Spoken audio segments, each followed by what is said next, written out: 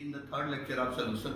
In a previous lecture we discussed about the concentration of the solution. Today I am discussing about the solubility of the gaseous solute in a liquid solvent. Solubility of gaseous solute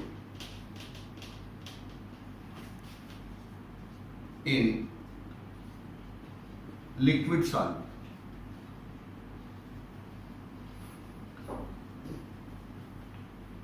See, solubility of the gaseous solute in a liquid solvent depends upon first temperature, second pressure, and third nature of solute and solvent. There are the three factors on which the solubility of the gaseous solute in liquid solvent depends. Solubility of the gaseous solute in a liquid solvent is a exothermic reaction. Solubility of the gaseous solute in a liquid solvent is an exothermic reaction. So as the temperature increases, the solubility of the gas decreases. Pressure. When you increase the pressure on the gaseous solute, it applied force on the liquid solvent and its solubility increases. Similarly, nature of the solute and solvent. Regarding the solute, remember some of the natural gases like H2, N2 and O2, they are less soluble in water but more soluble in alcohol. But some of the artificial gas like ammonia and hydrochloric acid, they are more soluble in water but less soluble in ethanol. So the nature of the solute and solvent also play a very important role in the solubility of the gaseous solute in a liquid solvent. Next, regarding this theory, one of the very important terms which are given in our book, Henry's law.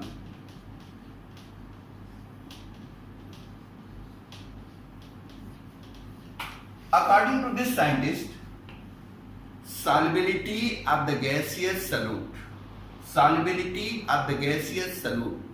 in a liquid solvent at constant temperature directly proportional to pressure of the gas. It means that P directly proportional to X, where P is the partial pressure of the gas and X is the mole fraction of the gaseous solute. If you remove the proportionality sign, you get P is equal to Kh into X. P pressure, X mole fraction of the gaseous solute, and Kh is the Henry's law constant. If you plot a graph between partial pressure and mole fraction, then you get straight line. This straight line is equal to Kh. As the temperature increases, the value of Kh increases. As the temperature increases, the value of Kh increases and solubility of the gas decrease. Basically, solubility of the gas depends upon temperature. As the temperature increases, solubility of the gas decreases. But some of the limitation of the Henry's law. Henry's law applicable for those type of solution. Henry's law applicable for those type of solution which show an ideal behavior at lower temperature and higher pressure. Second one, Henry's law applicable for those type of solute which do not react with solvent. Third one, Henry's law applicable for those type of gaseous solute which do not undergoes dissociation or association when dissolved in solvent. So these are the limitation of the Henry's law. The importance of Henry's law: solubility of the carbon dioxide. Solubility of the carbon dioxide in water. This is due to Henry's law, on the basis of the Henry's law. Dissolution of oxygen in hemoglobin to form oxyhemoglobin which circulate oxygen to different part of the body. And third one, to prepare oxygen gas cylinder in the hospitals. They are the importance of Henry's law. Henry's law is very important for our examination point of view. Most of the year, these questions are asked in 3 marks question. Next, we'll discuss about the partial pressure and vapor pressure.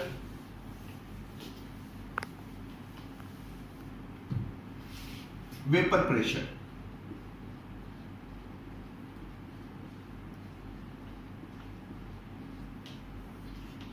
The pressure of vapor on liquid.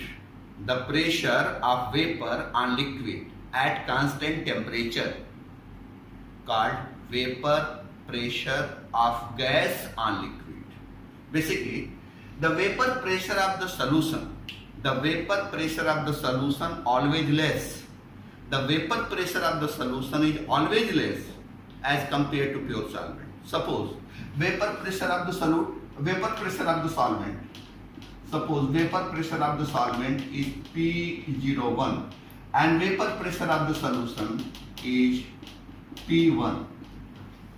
So decrease in vapor pressure, decrease in vapor pressure of solution, P01 minus P1. The vapor pressure of the solution less. As compared to pure solvent. So a relative decrease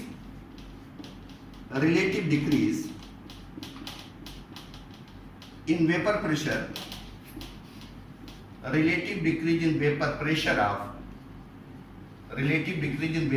of solution P01 minus P1 upon P01. Suppose mole absolute, small n, mole of solvent, capital N. So mole fraction of solute, small n upon small n plus capital N. According to Raoult's law,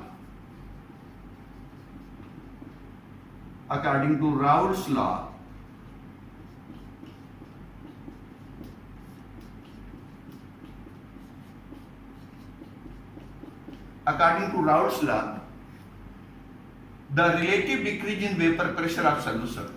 According to Raoult's law,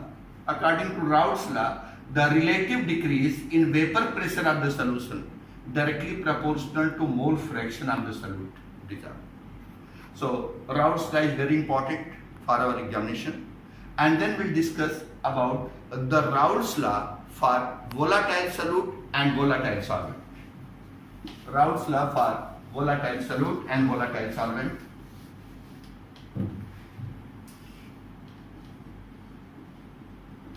Raoult's law for volatile solute and volatile solvent.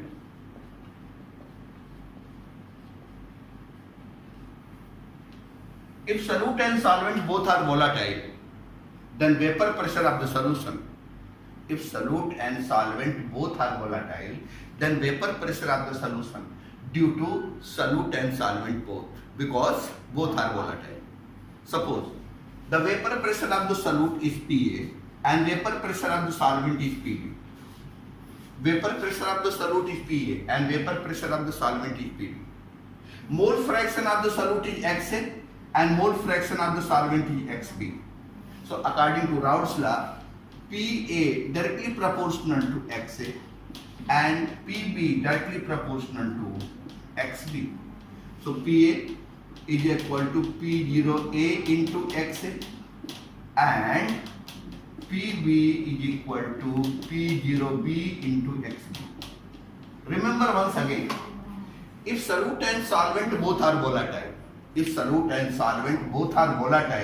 then the vapor pressure of the solution due to solute and solvent both, because both are volatile. Suppose Pa and Pb are the vapor pressure of the solute and solvent respectively, and their mole fractions are XA and XB respectively. So PA directly proportional to XA and PB directly proportional to XB. If you remove the proportionality sign, you get PA is equal to P0A into XA and PB is equal to P0B into XB. According to Dalton's theory, according to Dalton's law, capital P total, it means that P total is equal to PA plus PB, PA plus PB. If you put up the value of PA and PB, you get P total is equal to P0A into XA plus P0B into XB. We know that XA plus XB is equal to 1, means mole fraction of the solute, mole fraction of the solute and mole fraction of the solvent.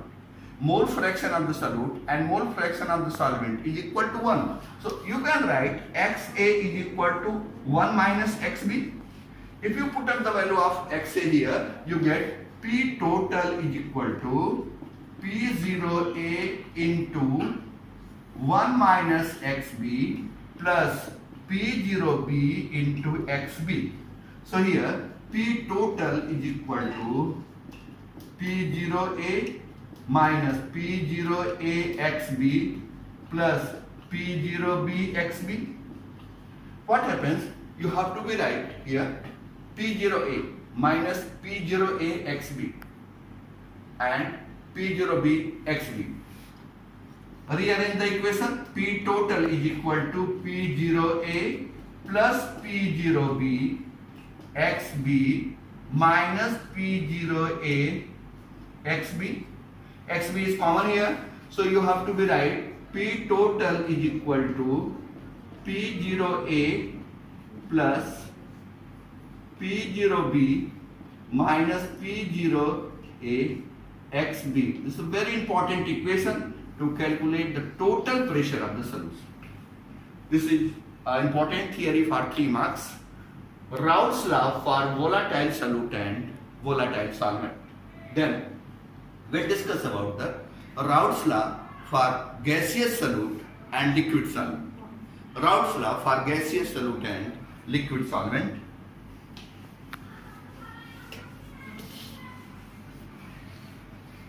Raoult's law for gaseous solute,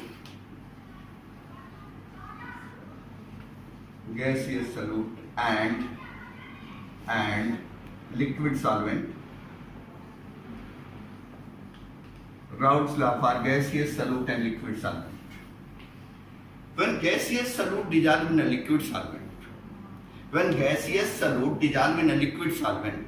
then the vapor pressure of the solution, according to Raoult's law, P is equal to P0 into XA. PA is equal to P0 into XA, where P0 is the Raoult's law constant. But the solubility of the gaseous solute, in a liquid solvent governed by Henry's law, and according to Henry's law, PA is equal to KH into XA. If you compare equation 1 and 2, you have to be observed that all the terms are same, only the constant are different. Raoult's law constant and Henry's law constant. Raoult's law constant and Henry's law constant are different. Basically, these differences are constant. So you can say Raoult's law is a special case of Henry's law. Here, you have to write a very important theory, limitation of Raoult's law.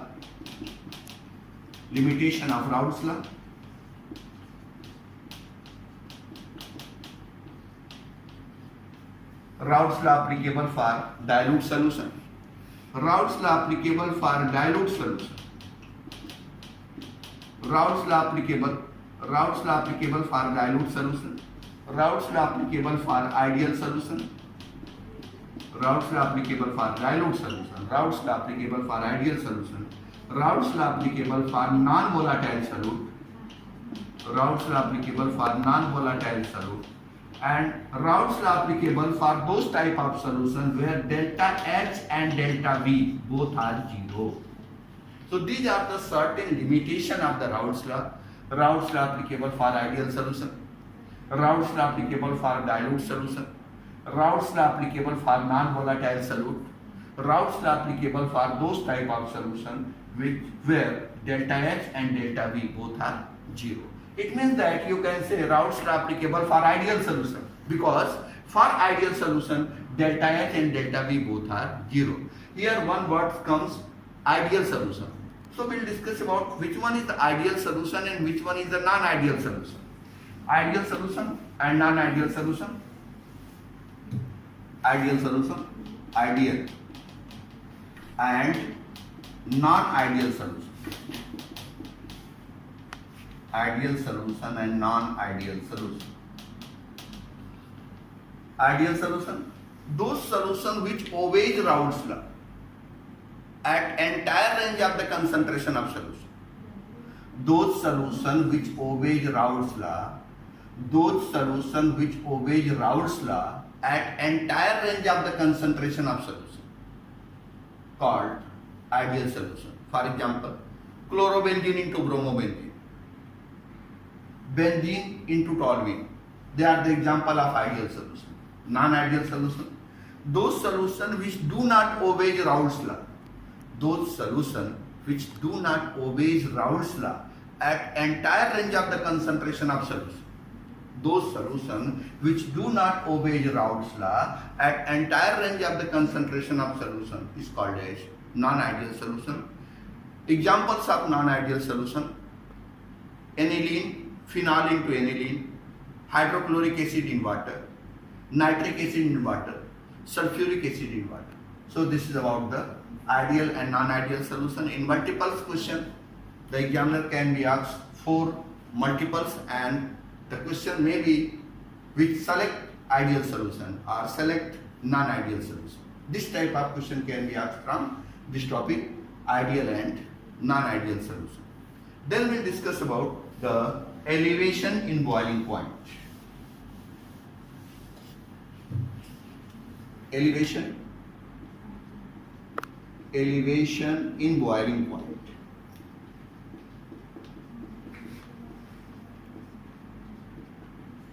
Elevation in boiling point, delta TB. Elevation in boiling point, delta TB. Boiling point of the solution is more. Boiling point of the solution is more as compared to pure solvent.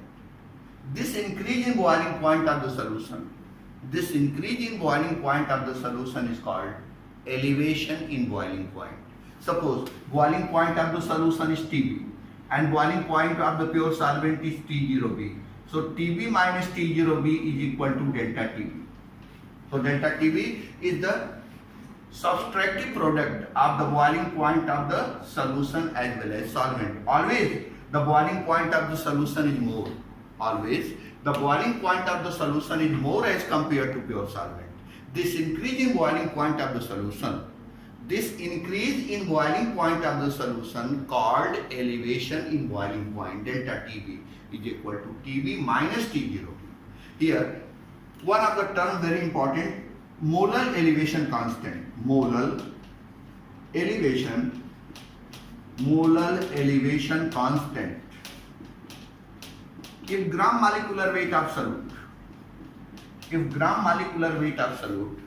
dissolve in a fixed quantity of solvent. If gram molecular weight of solute dissolve in a fixed quantity of solvent, then elevation in boiling point. Then elevation in boiling point of all the solutions are same. Just example, 60 gram of urea added in 1000 gram of water. 180 gram of glucose added in 1000 gram of water. 342 gram of sucrose added in 1000 gram of water. So your solvent is same, 1000 gram, 60 gram molecular weight of urea, 180 gram molecular weight of glucose and 342 gram molecular weight of sucrose. So here either glucose, either sucrose, either urea, they are non-ionic solute and they do not ionize into the smaller particles. They are the non-volatile solute and non-ionic, and your solvent is 1000 ml. So 60 gram urea मतलब 1 mole of urea and 180 gram glucose मतलब 1 mole of glucose 342 gram glucose means 1 mole of glucose. तो ग्राम molecular weight of glucose or gram molecular weight of solute when added in a fixed quantity of solvent, the elevation in boiling point of all the solution, the elevation in boiling point of all the solutions are same, called molar elevation constant. Here in next lecture we'll discuss about the second one theory regarding the relation between the elevation in boiling point, regarding the relation between the elevation in boiling point and molar elevation constant. In fourth lecture we'll discuss about regarding the next one, the remaining theory about this chapter. Okay, thank you.